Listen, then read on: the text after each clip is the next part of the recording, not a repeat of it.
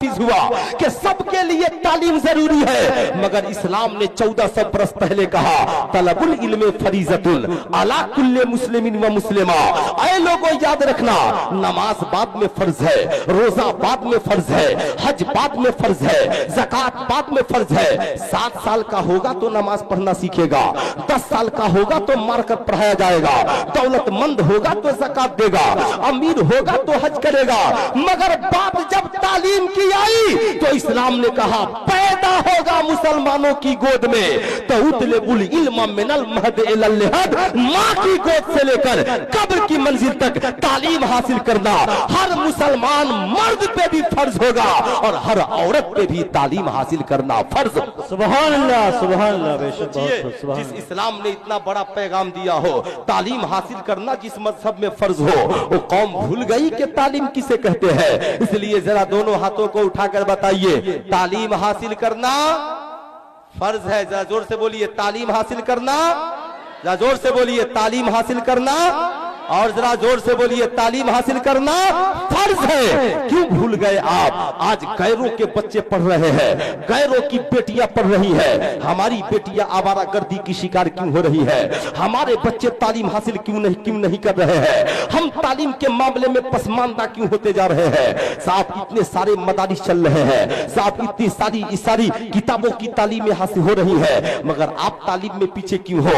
जिस मजहब में तालीम को सबसे अहम दर्जा दिया गया हो, उस मजहब के मानने वाले तालीम में आज भारत में सबसे पीछे हो, तो हमारे लिए चुल्लू भर पानी में डूब करके मर जाना बेहतर है। इसलिए मेरी कौम के नौजवानों याद रखना कि हम सूखी रोटी खाएंगे मगर गौसे आजम की तरह अपनी जिंदगी को पढ़कर कामयाब बनाएंगे।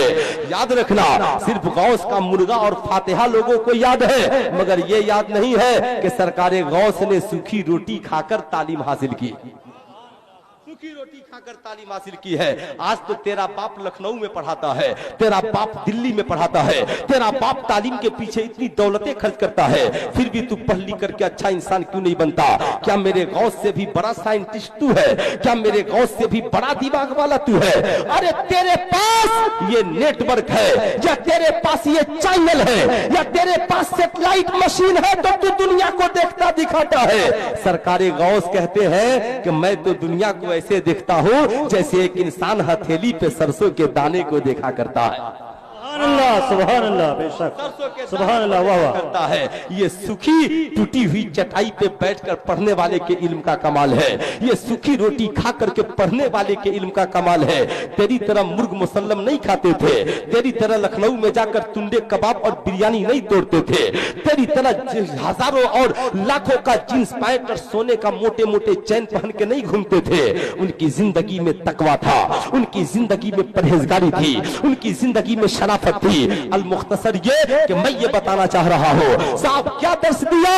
पंडित जवाहरलाल नेहरू लिखते हैं, ओ मेरी बेटी इंदिरा, मैंने बड़ी बड़ी रानियों की जिंदगी का अध्ययन एवं मुताला किया है, बड़ी बड़ी औरतों की जिंदगी का मुताला किया है, मगर ये मेरी बेटी दुनिया में सिर्फ एक औरत है जिसके किरदार को अगर कोई औरत अपना ले तो दुनिया की सबसे कामयाब औरत बन सकती है। पूछा गया वो औरत कौन है? तो कहा दुनिया में उस औरत का नाम हजरत खातून जन्नत हजरत फातिमा ज़हरा है, जो अल्लाह के पैगंबर मोहम्मद रसूलुल्लाह की बेटी है। सुभान अल्लाह, बेटी है। जरा जगा दीजिए उस नौजवान को, जरा जगाइए तो अभी ही लाशा गिर गया है, जगाइए, जिंदा है। सलाम अलैकुम दोस्त, तकरीर भी याद है और जनाजा भी याद है ना? देख लीजिए कितना मस्ती में सो रहा है। अल्लाह अल्लाह, यही बेचारा अगर फिल्म देखने बैठा होता तो नींद नहीं आती। व्हाट्सएप और फेसबुक पे 1000 बार उंगली चलाएगा, नींद नहीं आती है। जाकर इमाम साहब से कहेगा हजरत टेंशन हो गया है। क्या बात है भाई, क्यों 12 बजे रात? हजरत टेंशन में हूं, दिमाग काम नहीं कर रहा है, इसलिए